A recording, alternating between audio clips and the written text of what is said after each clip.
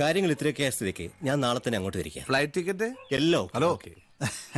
ഇതെന്താ പോകുന്ന വീട്ടു സാധനങ്ങളൊക്കെ ആയിട്ട്? നമ്മുടെ ഏകാംഗ നാടകമല്ലേ, അതുകൊണ്ട് എല്ലാത്തിനും ഞാൻ തന്നെ വേണം. അല്ല, ഇതാരെ പുതിയ ഗസ്റ്റ്? സോറി, ഇതെന്റെ ഗൾഫിലെ സുഹൃത്താ. സുഹൃത്ത് മാത്രമല്ല business partner. Oh, I am Akash Mitra. Hello. Akash Mitra പേര് കേട്ടിട്ടൊരു നോർത്ത് ഇന്ത്യൻ ടച്ച് ഉണ്ടല്ലോ. അതെ, അച്ഛൻ ബംഗാളിയാ, അമ്മ മലയാളി. അതെ. ഗൾഫിൽ ഞങ്ങൾ ചേർന്ന് ഒരു കൺസ്ട്രക്ഷൻ കമ്പനി നടത്തുന്നു. ആഹാ. ദേ മൂന്നിന്റെ അമ്മായിച്ചനല്ലേ വരുന്നേ? അമ്മായിച്ചനല്ല, കാലനാ കാലൻ. ദൈവദൂതനിപ്പ കാലനായ? അല്ല, കാലിന് വയ്യല്ലോ, അതുകൊണ്ടാ കാലൻ എന്ന് പറഞ്ഞത്. ഞാനിപ്പോ വരാം. നിക്ക്.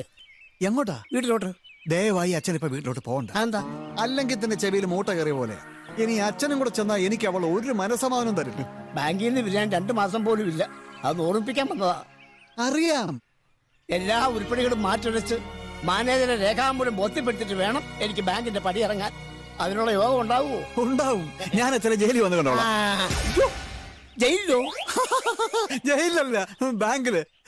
നാക്കൊടക്കുക. അത് കരിനാക്കാകാതിരിക്കട്ടെ. പോട്ടെ മോനെ. മുരുകാ, വേലായുധാ, അവസാന കാലത്ത് എന്നെ ഇങ്ങനെ പരീക്ഷിക്കണ്ടേ.